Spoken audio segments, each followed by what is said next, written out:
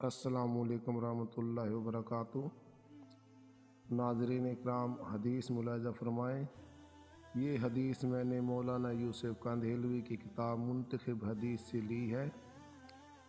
حضرت ابو سعید رضی اللہ تعالیٰ عنہ سے روایت ہے کہ رسول اللہ صلی اللہ علیہ وآلہ وسلم نے ارشاد فرمایا، میں کیسے خوش اور چین سے رہ سکتا ہوں، حالانکہ سور والے فرشتے نے سور کو منہ میں لے لیا ہے اور اس نے کان لگا رکھا ہے کہ کب اس کو سور کے پھونک دینے کا حکم ہو اور وہ پھونک دے۔ صحابہ رضی اللہ عنہم نے اس بات کو بھاری محسوس کیا تو آپ صلی اللہ علیہ وآلہ وسلم نے ارشاد فرمایا، حسبنا اللہ نعم الوکیل، علی اللہ توکلت کہتے رہا کرو۔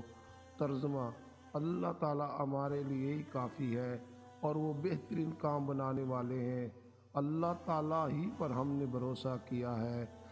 اللہ تعالیٰ ہمیں اس حدیث پر عمل کرنے کی توفیق عطا فرمائے۔ آمین ثم آمین۔